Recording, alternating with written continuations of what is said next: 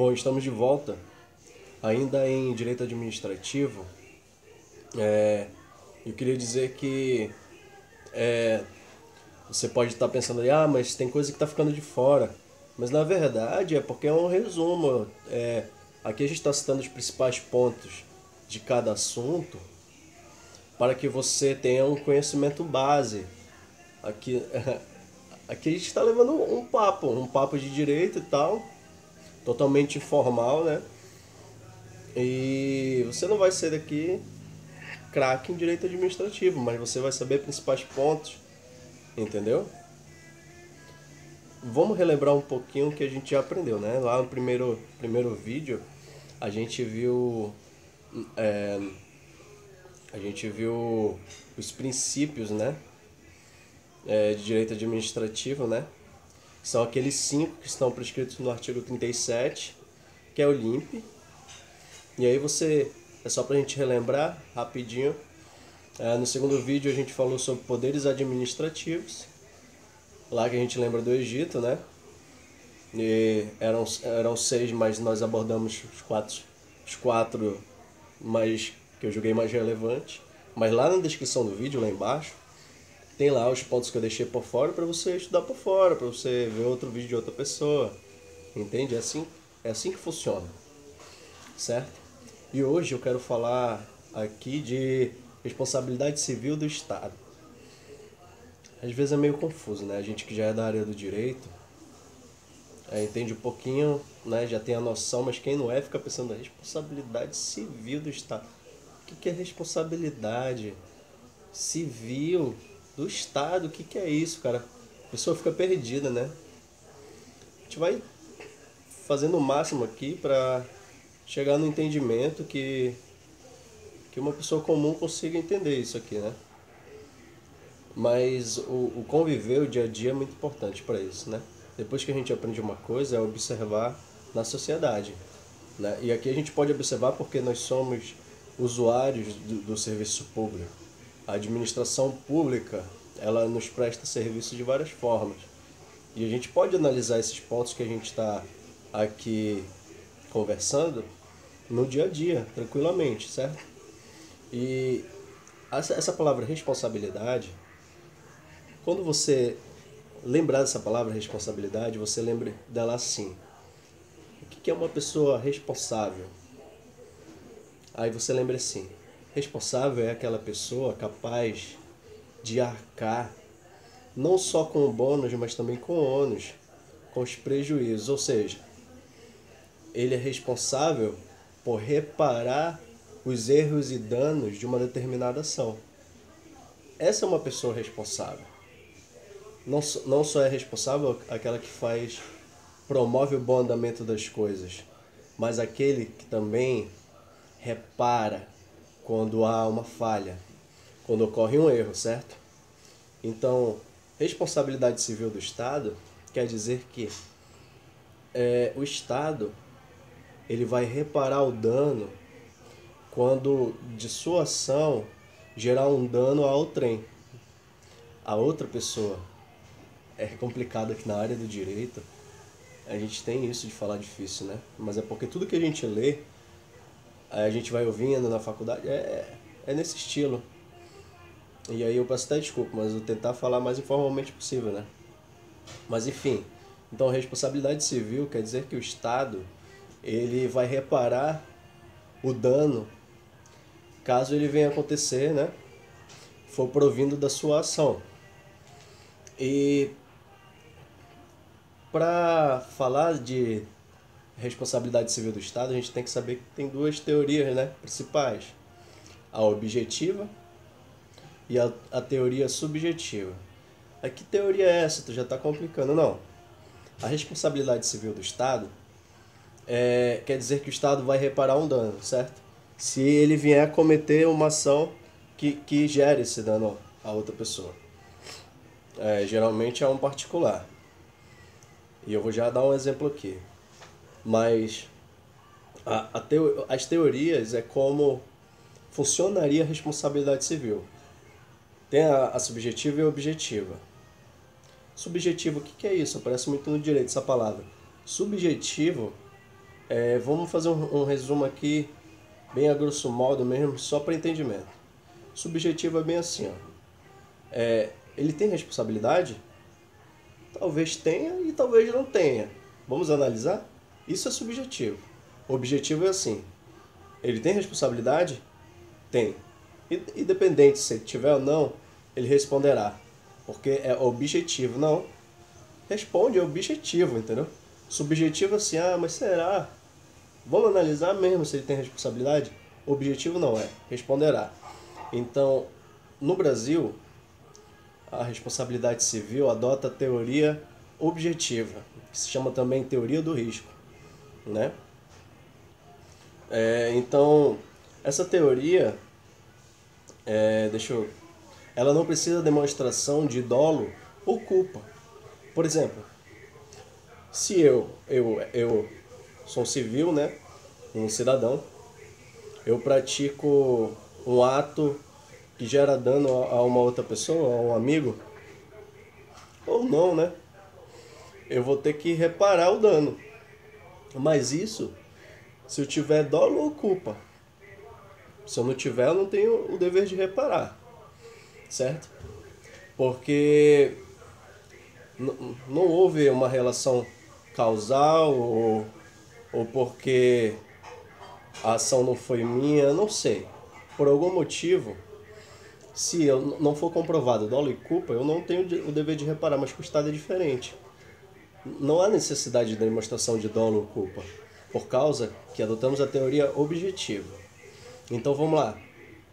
Falando assim, responsabilidade civil do Estado, adota-se a teoria objetiva, que quer dizer que o Estado vai reparar o dano independente de dolo ou independente de culpa. A teoria objetiva também se chama teoria do risco. E onde que ela está? Teoria do risco, tudo no direito é assim, né? Tá, o que tu tá falando tá onde, né? Aí a gente vai ver na lei, né? A teoria do risco, ela vai estar lá no artigo 37 da Constituição Federal, parágrafo 6º. Eu vou abrir aqui. Eu gosto de abrir na hora, né? Porque eu gosto de levar como se fosse uma conversa. E abriria na hora, né? Então vamos lá, artigo 37, parágrafo 6º. Desculpa. São muitos parágrafos. 37.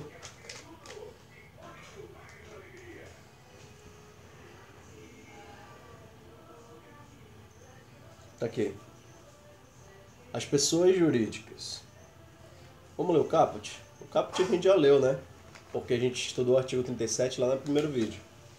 Mas só para vocês já lembrarem, a administração pública direta e indireta de qualquer dos poderes da União, dos Estados, do Distrito Federal e dos municípios, obedecerá aos princípios da legalidade, impessoalidade, moralidade, publicidade e eficiência, e também ao seguinte, ou seja, a administração pública deverá obedecer aos princípios, aqueles que nós já estudamos, e nós estudamos, importante lembrar, tá? Os princípios que estão expressos. Há princípios também intrínsecos, né? Que eles não são expressos.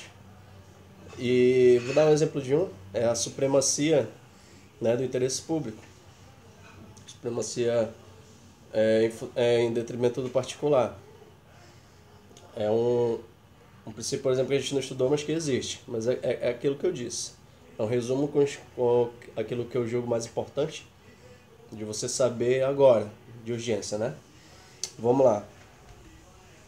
Então, o parágrafo 6º diz o seguinte: as pessoas jurídicas de direito público e as de direito privado, prestadoras de serviço público, ou seja, pessoas de direito público e de direito privado prestadora de serviço público. A exemplo é uma empresa privada que presta serviço para a administração pública, as empresas de ônibus, tá? Por exemplo, né?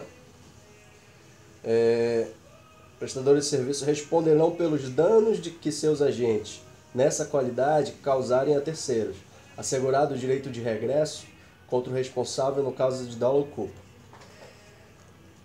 A gente lendo assim, né, fala de dolo ou culpa no artigo.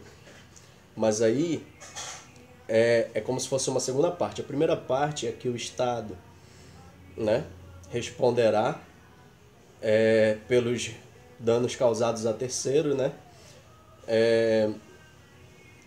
Inclusive aos agentes privados que prestam serviços públicos, não é?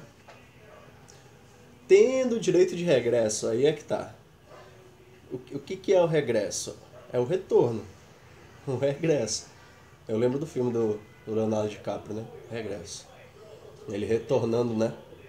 Lá do acampamento dele, depois de ele ter sofrido, é tipo isso. O que é o regresso? Você se deu mal, né?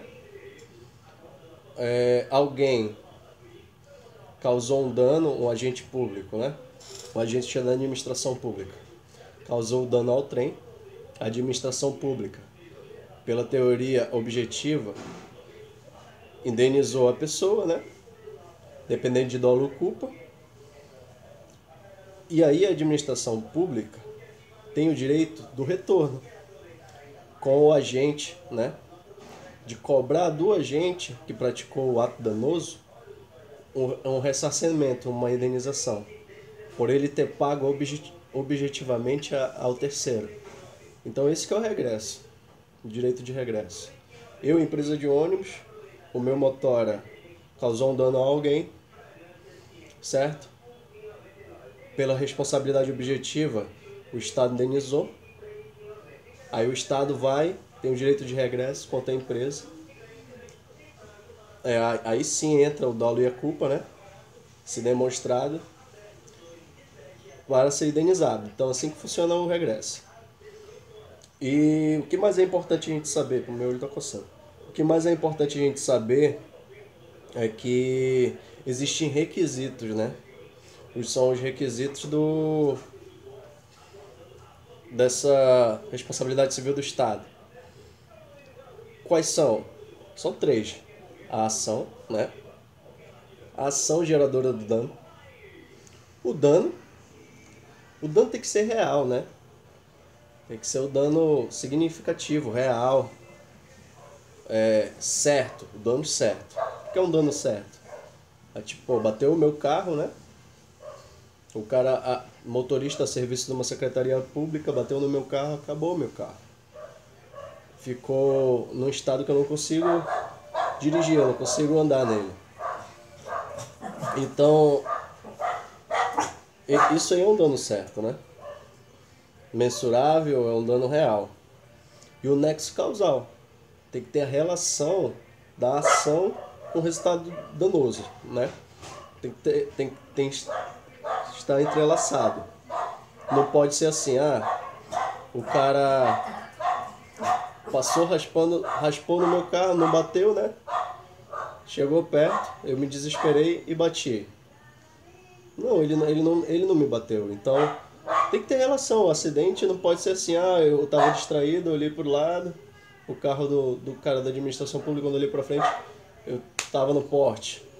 Não tem nexo causal, entendeu?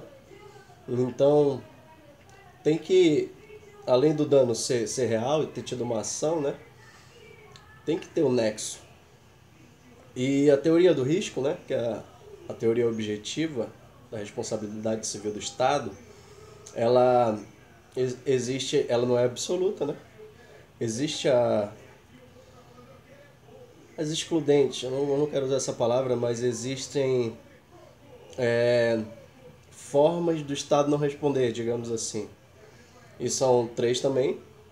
Caso fortuito de força maior, não vou me aprofundar. Culpa exclusiva da vítima, né? Nesse caso que eu te falei, eu tô dirigindo aqui, aí eu vi um carro da prefeitura aqui do lado, eu tô olhando, olhei pra frente e bati. A culpa é exclusiva minha. Fato exclusivo de terceiro. Um terceiro veio e causou um acidente que não foi culpa nem minha e nem do agente público. É um fato exclusivo de terceiro. E aí a gente termina a responsabilidade civil objetiva